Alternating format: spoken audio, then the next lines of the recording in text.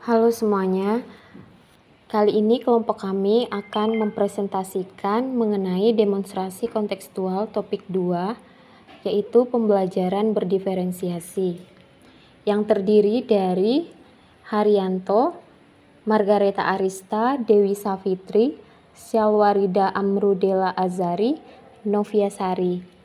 Yang pertama, saya akan membahas mengenai pembelajaran berdiferensiasi. Pembelajaran berdiferensiasi ini adalah pendekatan dalam pengajaran di mana guru menyediakan berbagai strategi, metode, dan materi pembelajaran yang berbeda untuk memenuhi kebutuhan belajar yang beragam dari setiap peserta didik.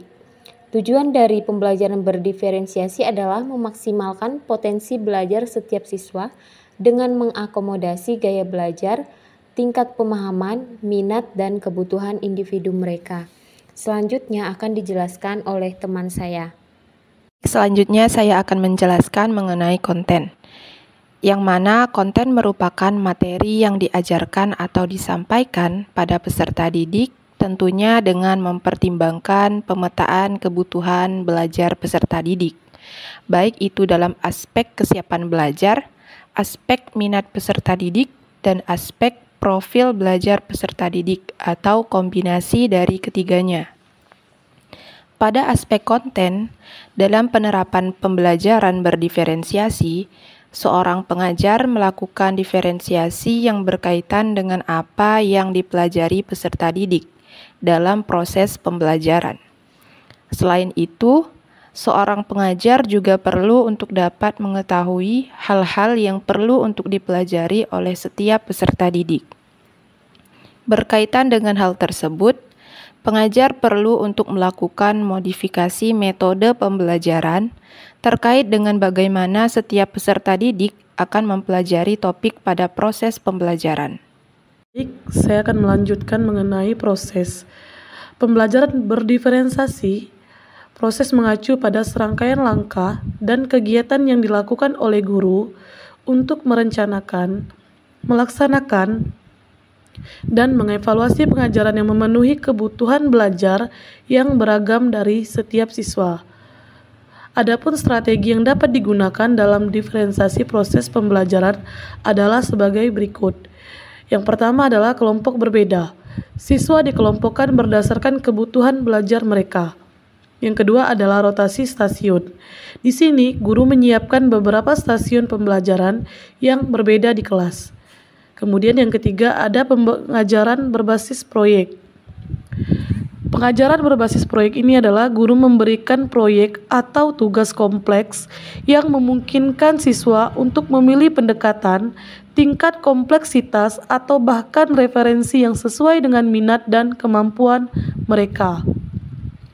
Kemudian yang keempat, ada pengajaran yang disesuaikan dengan minat, yaitu guru mendorong siswa untuk mengikuti minat mereka dalam proses pembelajaran.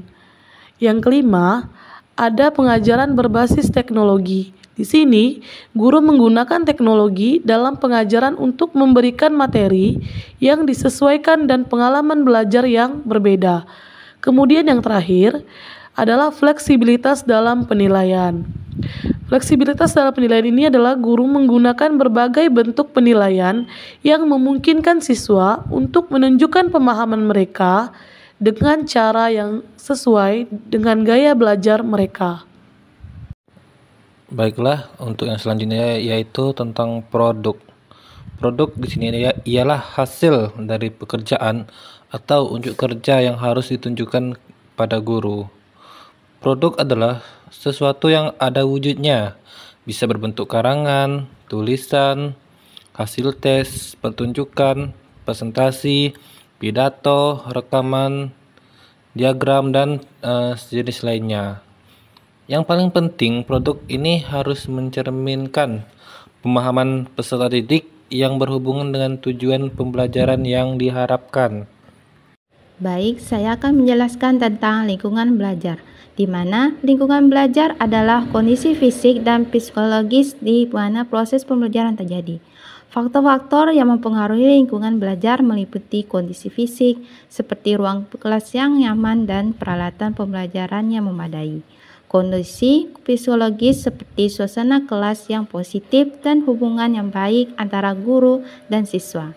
Interaksi sosial yang melibatkan kolaborasi dan kesempatan untuk berbagi, serta stimulasi intelektual melalui materi pembelajaran yang menantang dan strategi pengajaran yang variatif.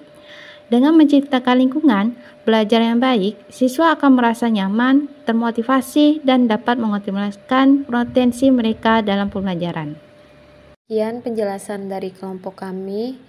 Mohon maaf jika ada salah kata. Kami ucapkan terima kasih.